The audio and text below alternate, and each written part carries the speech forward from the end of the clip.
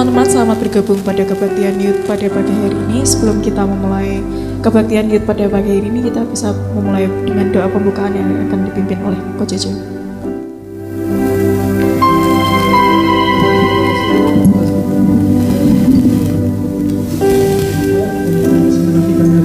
Memulai acara ini Tuhan, kiranya Tuhan berkati dari awal, pertengahan hingga akhirnya ya Tuhan. Terima kasih Tuhan, doa yang jauh dari semua ini kami panjatkan dalam satu nama Tuhan Yesus Kristus. Haleluya, amin.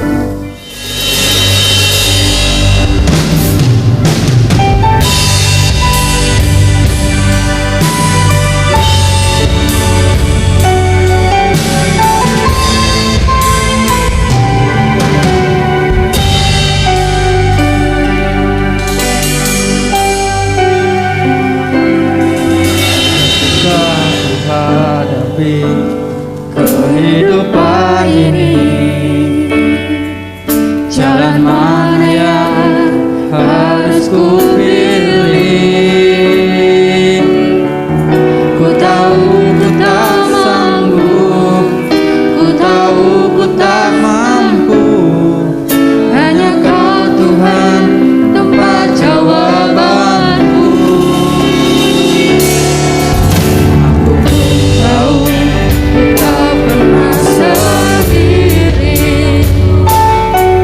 sebab Engkau Allah yang menggendongku. Tanganmu membelaiku, cintamu memuaskanku. Kau mengangkatku ke tempat yang tinggi. Janjimu seperti fajar pagi hari yang tiada pernah terlambat bersinar. Cintamu seperti sungai yang mengalir, dan ku tahu betapa dalam kasih-Mu.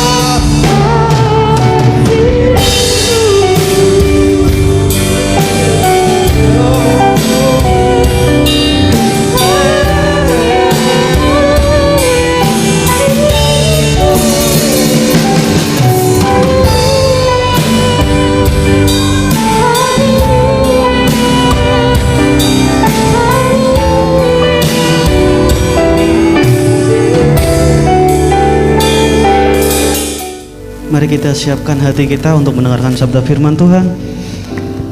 Tuhan, terima kasih Tuhan untuk kesempatan yang indah pada hari ini Tuhan. Kami boleh bersatu hati memuji memuliakan nama-Mu Tuhan. Kiranya berkati kami dimanapun kami berada Tuhan.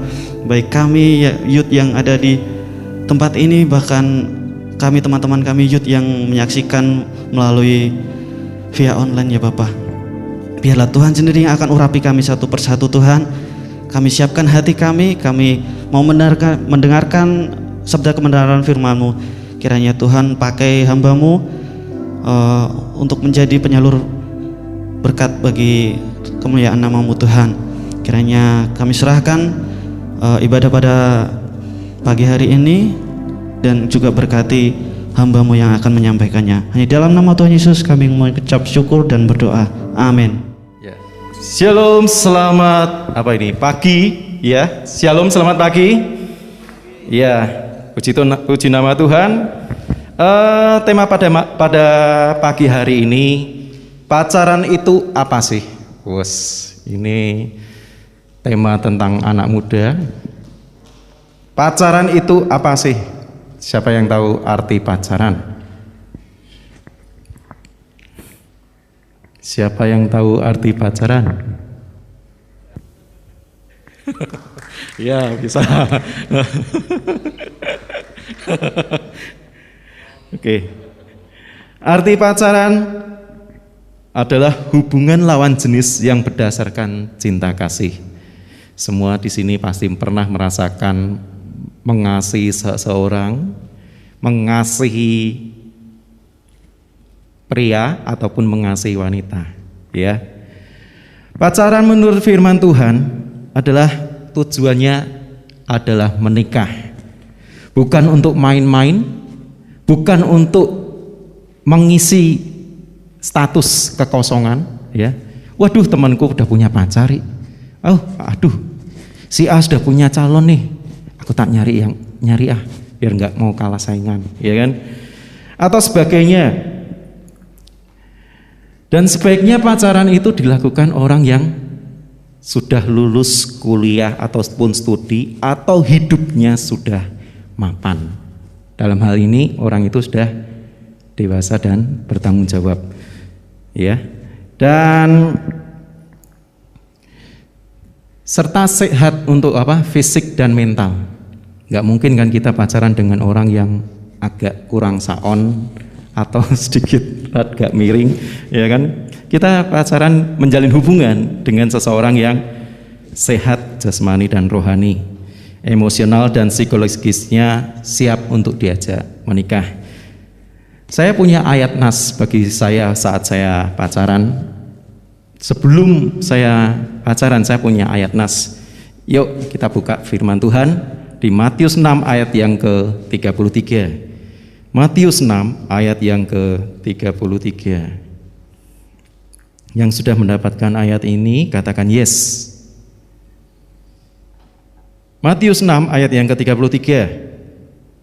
Sudah mendapatkan? Ya, yes, semangat ya. Yuk pada hitungan ketiga kita baca bersama-sama. 1, 2, 3. Tetapi carilah dulu kerajaan Allah dan kebenarannya, maka semuanya itu akan ditambahkan kepadamu. Sekali lagi, tetapi carilah dahulu kerajaan Allah dan kebenarannya, maka semuanya itu akan ditambahkan kepadamu. Itu ayat nas bagi saya, ayat emas banget saat saya pingin mencari jodoh buat saya. Tuhan, aku ingin nyari jodoh. Aku bukan nyari pacar, aku nyari jodoh, aku nyari istri.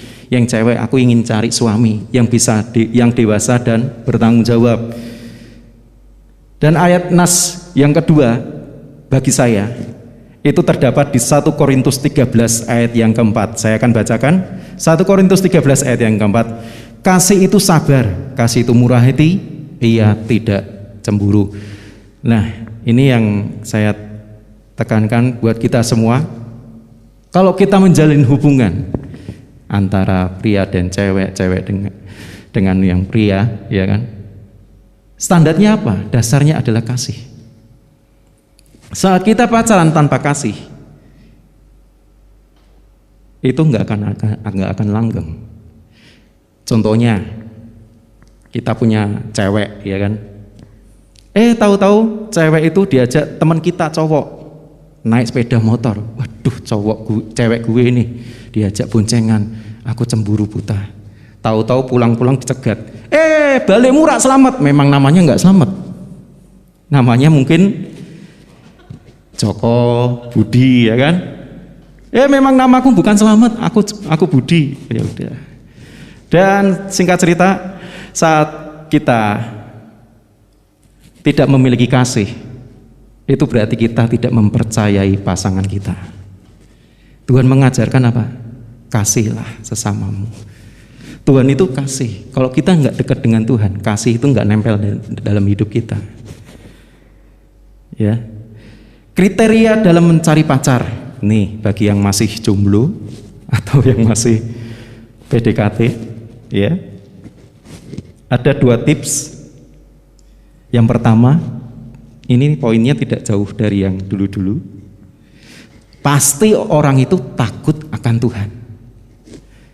Orang itu takut akan Tuhan, itu yang pertama. Yang kedua adalah dewasa dan bertanggung jawab. Berikut saya akan nyampein etika dalam pacaran.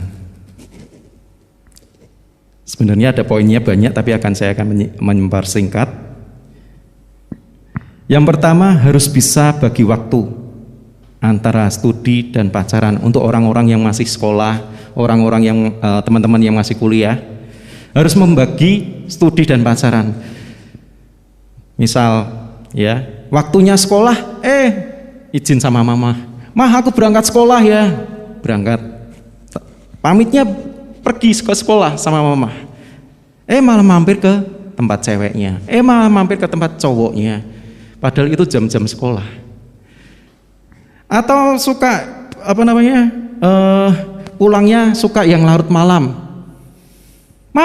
Aku pulang larut malam. Mamanya menjawab, kamu nggak usah pulang larut malam, kenapa nggak pagi sekalian? Kamu nggak usah pulang larut malam, nanggung, wes balik besok pagi aja sekalian, nginep aja di sana, ya kan? Nah, itu hal seperti itu harus dijauhi. Soalnya kenapa ya? Seorang orang yang baru-baru merajut cinta kasih, itu pinginnya selalu bermesraan, selalu bersama-sama, sedikit-sedikit mau digandeng, sedikit-sedikit, harus ke sana, harus bareng, ya kan?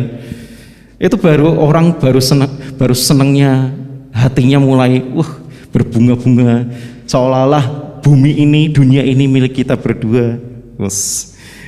Dan yang kedua, nah ini perlu. Tidak boleh melakukan seks sebelum nikah. Nah, itu perlu.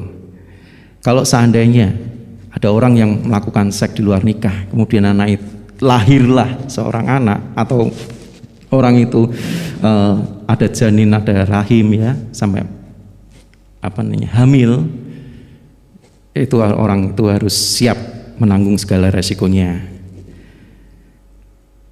Yang ketiga, ini di bawah pengawasan orang tua. Orang tua di sini berperan penting buat jodoh seseorang, terutama jodoh anaknya, ya. Orang tua ini mengawasi, bukan mengatur. Orang tua itu kerjanya di sini, dia hanya mengawasi, bukan mengatur. Anaknya mau bergaul dengan siapa kek, dengan apa kek, ya kan? Orang tua di sini hanya mengawasi, bukan mengatur. Kalau mengatur, kamu enggak boleh ke sini, enggak boleh ke sini, kamu harus ke sini loh. Kamu harus dapat orang itu loh, orang itu kaya loh. Orang itu udah tajir deh, orang itu cakep deh, dia mapan deh, ini ABCDE sampai Z. Ya. Itu. Yang keempat, belajar saling menghargai dan menerima kekurangan ataupun kelebihan masing-masing. Ya.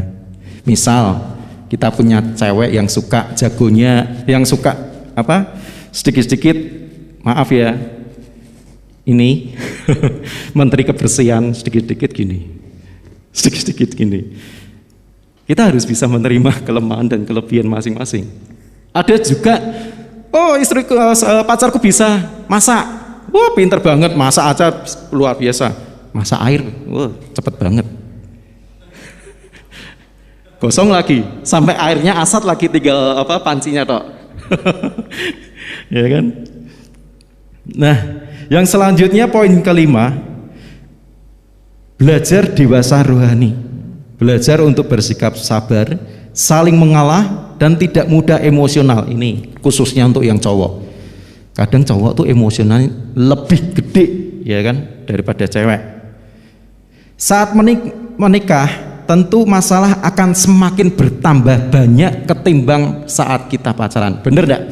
Yang sudah menikah, permasalahan pasti akan tambah banyak, enggak tambah sedikit daripada saat kita pacaran. Ya Pak ya.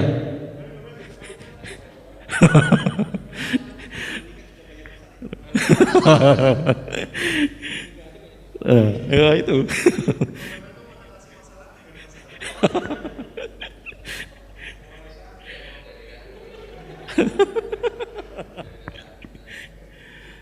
Oke, next poin ke-6. Untuk pria belajar untuk mencari nafkah, dan untuk sang wanita belajar untuk menjadi ibu rumah tangga. Kita nggak mau dong kita punya calon suami atau calon istri yang isinya cuma tidur, ya kan, keset ibaratnya, nggak mau kerja. Ya, kalau kita punya cowok, ya kan, bagi cewek ini, oh cowok saya, oh sergap, ngakunya padahal aslinya dia keset banget. Emang nanti istri mau dimakanin apa? Makanin batu atau makanin apa? Ya. Untuk poin selanjutnya adalah belajar untuk setia. Nih, tidak cuma cowok aja, tapi juga cewek. Pakai kata-kata satu aja. Secantik-cantiknya cewek, lebih cantik istriku. Secakep-cakepnya cowok, lebih cakep suamiku. Jadi perkataan adalah doa. Jangan dibalik, secantik-cantiknya cewek lain, lebih cantik cewek tetangga. Jangan dibalik teman-teman ya. Dan ini yang poin yang bagi saya ini, poin yang terakhir adalah yang pertama ini ya, penting banget. Semakin dekat kepada Tuhan. Saat kita pacaran, saat kita menjalin ikatan kasih sayang, ya, cinta, itu mulai berbunga-bunga, mulai dari bibit yang kecil, terus tumbuh jadi batang, kemudian batang keluar daunnya, daunnya keluar buahnya, ya itulah kita menjalin kasih.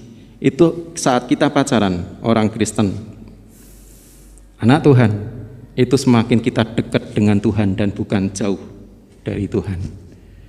Semakin kita dekat dengan Tuhan, kita akan merasakan, oh enak ya, saat kita bersama-sama dengan kekasih kita melayani Tuhan bareng-bareng, ya, bergandengan tangan melayani Tuhan, itu luar biasa berkatnya. Dan resiko orang pacaran adalah dia harus siap-siap untuk namanya putus. Ini paling hal yang tidak enak. Tidak mungkin kita senang saat jadian, tapi setelah itu kita putus, kita jarang ada orang happy waktu putus ya. Dia pasti akan sedih. Banyak hal, entah itu masalah yang lain dengan keluarga atau yang lain karena satu hal, maka itu harus diakhiri. Sebenarnya tidak perlu sampai terjadi patah hati, trauma berkepanjangan, gonta-ganti pasangan jikalau tiap kita mengerti etika berpacaran dengan baik dan benar dan mempersiapkan diri sebaik-baiknya sebelum memulai pacaran, serta percaya bahwa jodoh ada di tangan Tuhan. Manusia boleh berusaha, tetapi Tuhan yang menentukan. Saat kita memilih, kita doa dulu. Waktu ini ayat yang tadi pasal firman Tuhan itu, saya nyari Tuhan dulu. Tetapi carilah dulu kerajaan Allah. Cari Tuhan dulu.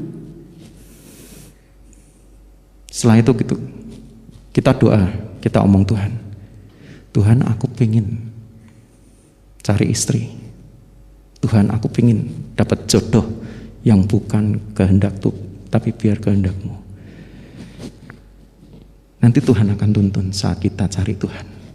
Dikatakan, carilah dulu kerajaan Allah dan kebenarannya, maka semuanya di sini, everything you need, apapun yang kau butuhkan, Tuhan tahu. Sebelum kita doa, Tuhan itu sudah tahu. Karena Dia Tuhan Allah yang berkuasa. Akan ada waktunya nanti kita mendapatkan jodoh yang terbaik. Yang saat ini mungkin belum ada jodoh, tapi sekali dapat itu berasal dari Tuhan. Itu yang luar biasa. Amin. Ya, luar biasa. Dan ayat penutup buat kita semua, saya nggak akan panjang lebar. Amsal 1 ayat yang ke-7, ini juga ayat buat saya. Ini dimana saya harus mendengarkan perkataan Tuhan dan juga perkataan dari orang tua. Takut akan Tuhan adalah permulaan pengetahuan, tetapi orang bodoh menghina hikmat dan didikan. Memang jodoh itu yang ngatur itu adalah Tuhan. Saat kita dapat jodoh, kita jalan dengan cewek ataupun cowok, kita pastikan kenalin nih, mah, pah, kenalin, ngajak ke rumah kan. Ini misalnya si siapa ya, si Yuli, ya kan, nggak ada yang namanya Yuli ya. Ini aku punya temen cewek, pah, mah, namanya Yuli, kenalin deh.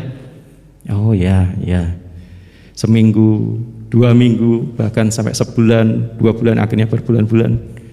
Orang tua itu akan melihat berapa lama kita ada frekuensi kita untuk bertemu dengan ceweknya. Berapa lama kita mendekatkan cewek kita mengajak ke keluarga kita untuk diperkenalkan. Ada pepatah Jawa, weting tresno jalaran saka tuku lino. Kesetiaan itu timbul karena itu sudah terbiasa. Karena hal-hal yang terbiasa, kesetiaan itu timbul.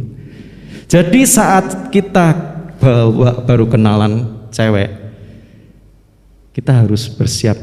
Pertama yaitu doa sama Tuhan.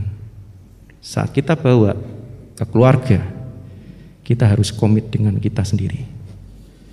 Apapun yang setelah saya kenalkan dengan keluarga, saya akan menjaga dan merawatnya. Orang tua akan melihat.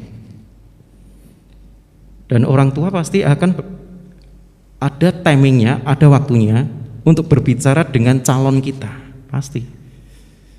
Pergunakan waktu itu untuk mengenal satu dengan yang lainnya.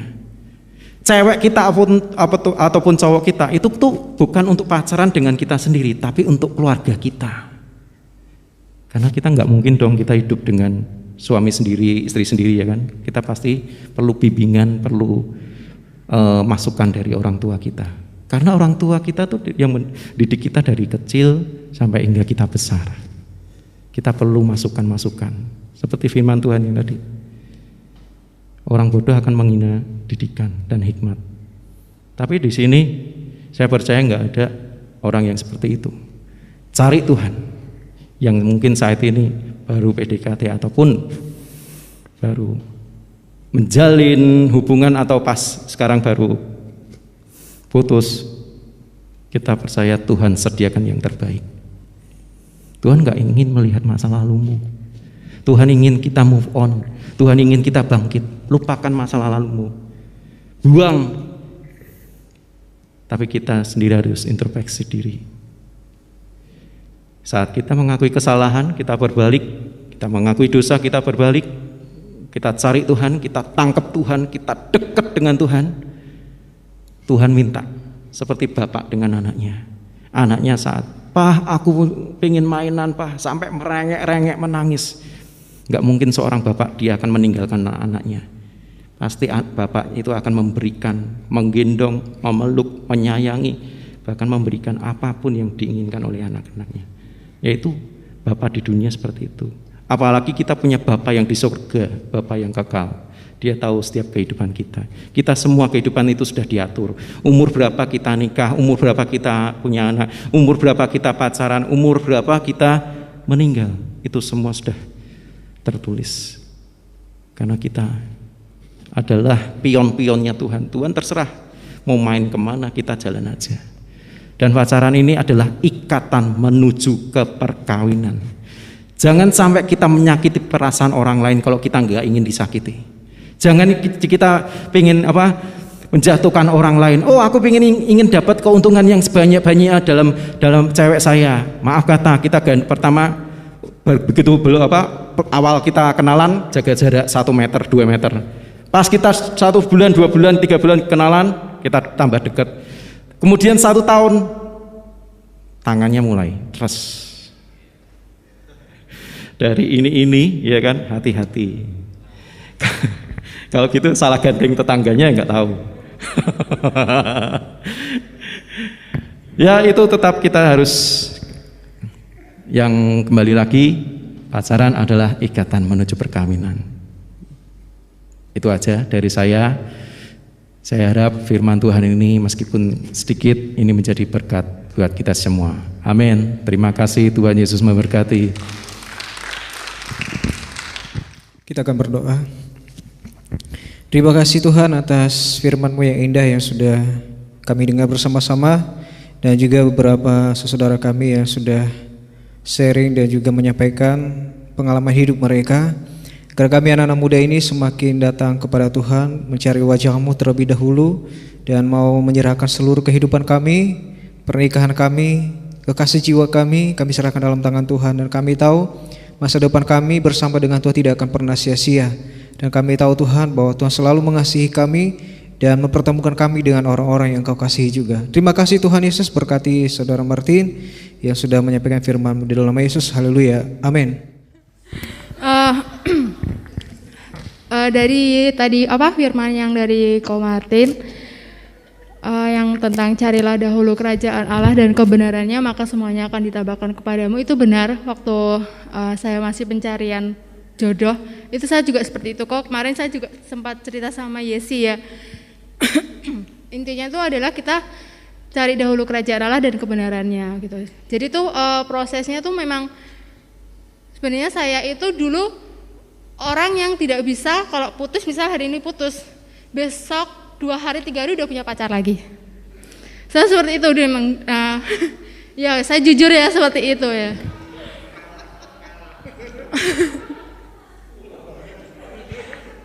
Paling lama paling seminggu lah. Ya seminggu tuh udah punya pacar. Nah, tapi kan seperti itu kan ada titik di mana kita tuh capek gitu loh. Capek, Tuhan, saya nggak mau seperti ini terus, pacaran putus seperti itu. Terus saya ambil komitmen sama Tuhan, dilalah saya dapat ayat itu kok. Carilah dahulu kerajaan Allah dan kebenarannya, maka semuanya akan ditambahkan. Aku merinding. Enggak, kalau mengingat masa lalu selalu situ tuh.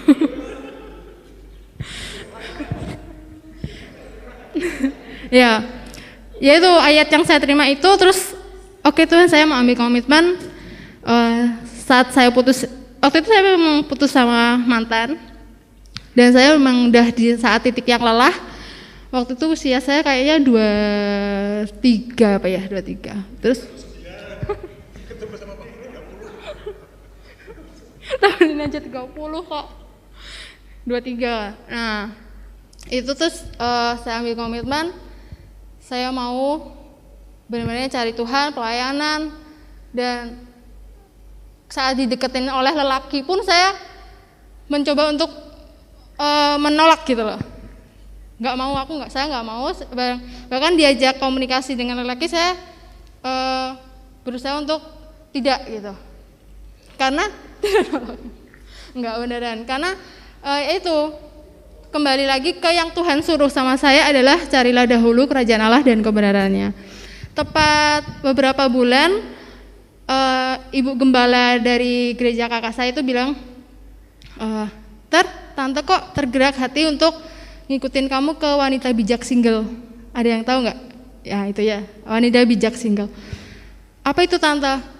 Ya pokoknya kamu ikut aja. Terus bayarnya berapa tante? Udah ikut aja, ngomong gitu. Akhirnya saya ikut di Ungaran situ 3 hari apa 4 hari ya saya lupa. Itu benar-benar saya diproses di situ, dimana sebenarnya itu adalah kekosongan dari seorang ayah. Kenapa saya bisa ingin sekali, maksudnya bukan ingin sekali, maksudnya kalau pacaran putus, pacaran lagi, itu karena saya ingin mencari perhatian seperti itu. Nah itu yang di situ saya diproses di situ, mau dilepaskan rasa kekosongan, rasa yang kepahitan terhadap ayah saya itu dihapuskan seperti itu. Terus ya mungkin saat itu juga Tuhan yang sedang mempersiapkan saya untuk berdiri sendiri tanpa seorang lelaki, itu kamu bisa. Nah di situ saya mulai kuat dan benar-benar yang pokoknya nurut gitu loh, apa yang Tuhan mau saya nurut gitu. Terus setelah kayaknya tepat setahun deh, itu saya menjomblo kan, tepat setahun ya kakak saya bilang, nanti ada yang WA kamu. Ternyata dia yang WA saya.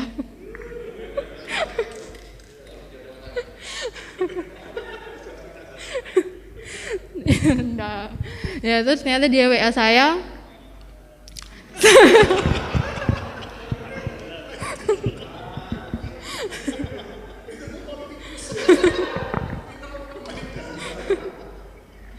Ya itu terus.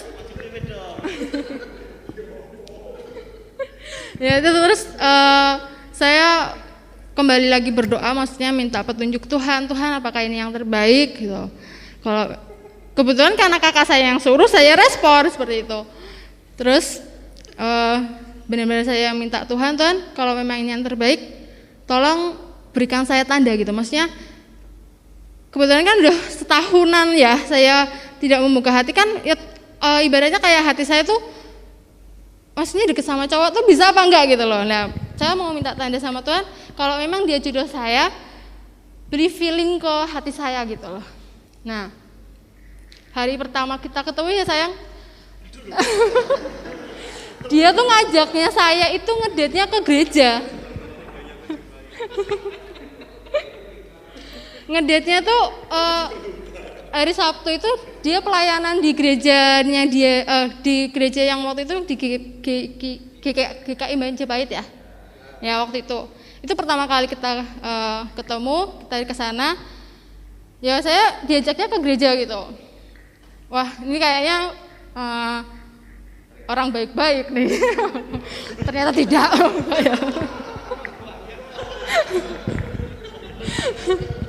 Ya. Terus pulangnya itu saya ke Java Mall. Pulangnya itu saya ke Java Mall, dilalah di mana tuh? Yang kayak bawahnya gini loh, di apa itu kayak di lantai satunya itu kan ada kayak pameran wedding organizer kayak gitu. Terus kita dikasih ini apa? Lebaran. Dia langsung nanya, kapan nih kakak bisa ngelamar? Gitu, dia langsung bilang gitu. Padahal itu baru hari pertama. Kapan nih kakak bisa ketemu orang tua gitu. Terus, hah? Ini orang.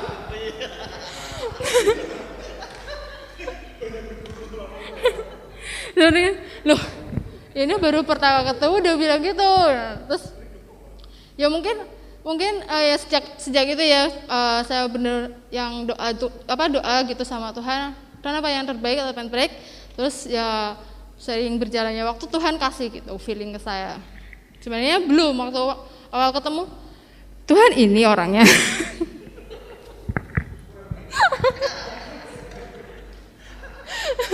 Masa ini orangnya yang bener? Enggak.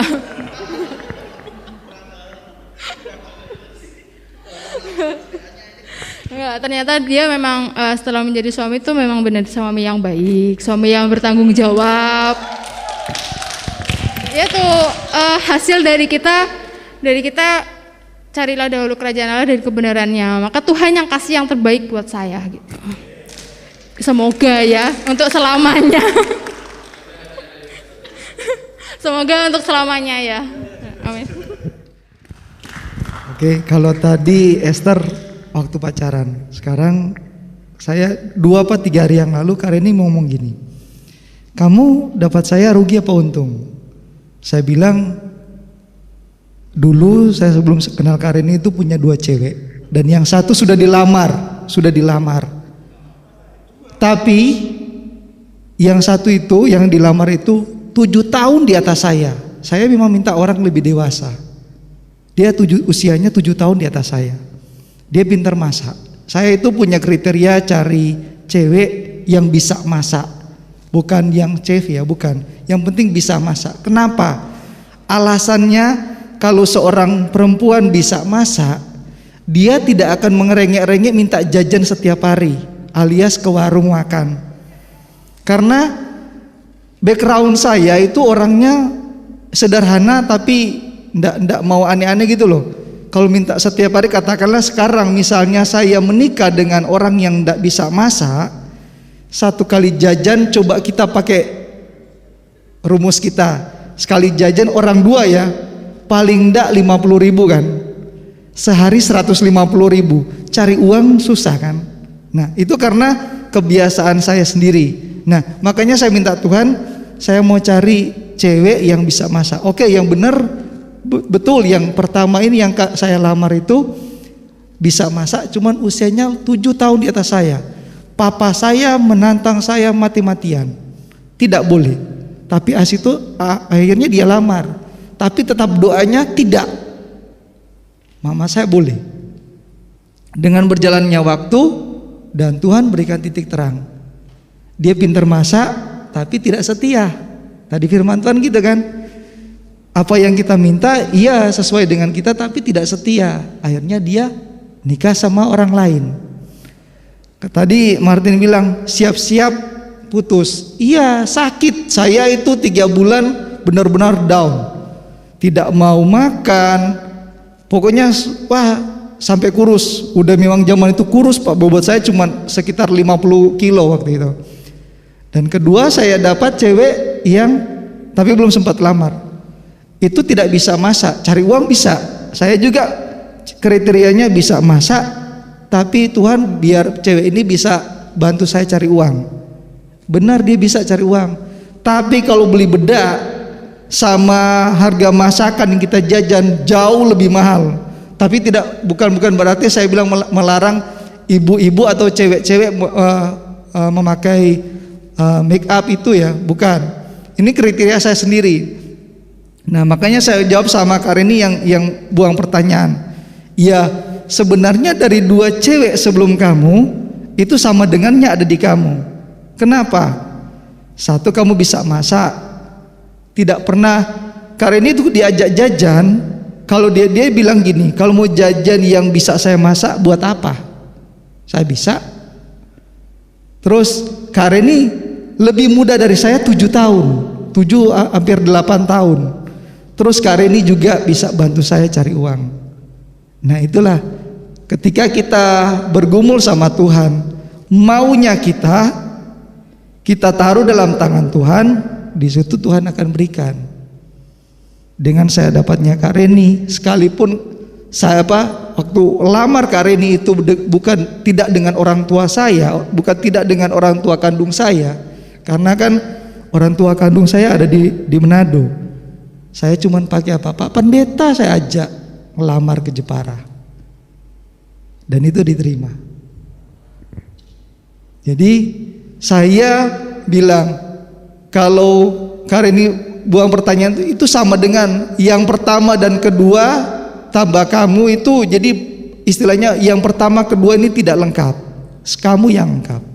Makanya kalau di rumah itu si Lydia kan sudah 3 tahun. Saya sama Kareni kalau duduk jejer rangkulan, si Lydia bilang cie, papi mami mesra terus. Anak sekecil itu karena sering nonton itu loh, apa namanya yang wali 4 apa wali 5 itu ada kata-kata sing orang bilang cie. Nah, dia sebenarnya enggak ngerti. Kalau kakaknya si Grace bilang papi mami terus rangkulan, kapan aku dipeluk? Nah, karena saya punya 3 cewek di rumah.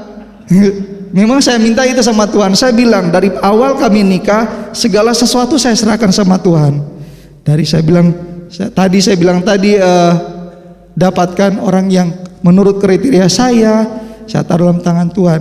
Mau punya anak pun saya pernah bilang sama Tuhan, Tuhan, saya atau kami rindu punya anak di atas pernikahan 5 tahun. Dan Tuhan kasih 8 tahun kemudian baru punya anak. Terus saya minta sama Tuhan, saya ingin punya anak cewek-cewek, bener cewek yang dikasih. Jadi buat teman-teman, Desman, Peter, Alif, Komoses, siapa lagi, Joshua, Fani, Omewel sudah, Jojo, kalau mau cari pasangan hidup, cari dulu Tuhan. Pasti bahagia. Saya masuk usia pernikahan kami jalan 16 tahun. Itu suatu anugerah yang luar biasa. Saya boleh kata bahwa saya itu kerja hampir 11 tahun. Itu bukan penghasilan tetap.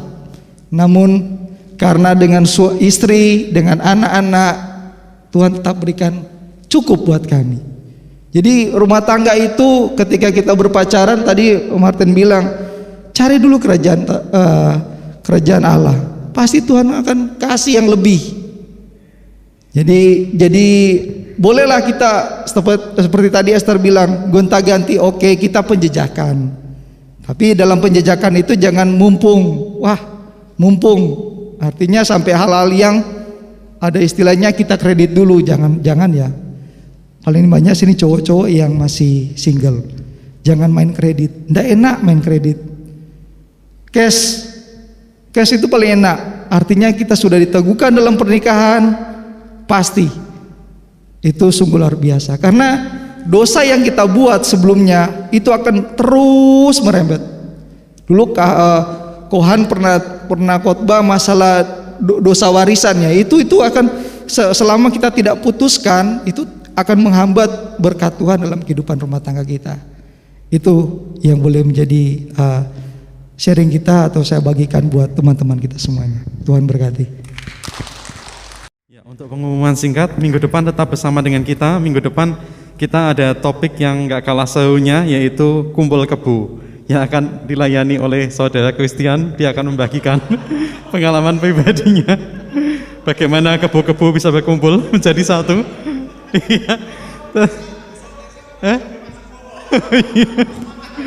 Dia akan membagikan bagaimana ini kebu-kebu bisa berkumpul menjadi satu. Ya, tetap bersama dengan kita minggu depan jam 9:30 di tempat yang sama, waktu yang sama. Ya, oke, saya undang kita semua untuk bangkit berdiri. Saya mohon Kak Steph bisa berdoa untuk doa berkat. Mari teman-teman kita masuk di dalam doa sebelum kita pulang. Bapa di surga, kami mengucap syukur buat kebaikan-Mu, buat lawatan Tuhan dalam kehidupan kami. Kami boleh mengikuti ibadah youth ini Tuhan. Kami percaya semua karena anugerah Tuhan. Tuhan, sebentar lagi kami akan pulang. Biarlah kami membawa berkat-berkat yang daripada Tuhan, anugerah damai sejahtera, cinta kasih dari Tuhan Yesus Kristus menyertai kami semuanya mulai dari saat ini sampai selama-lamanya. Dalam nama Yesus kami berdoa, haleluya, amin.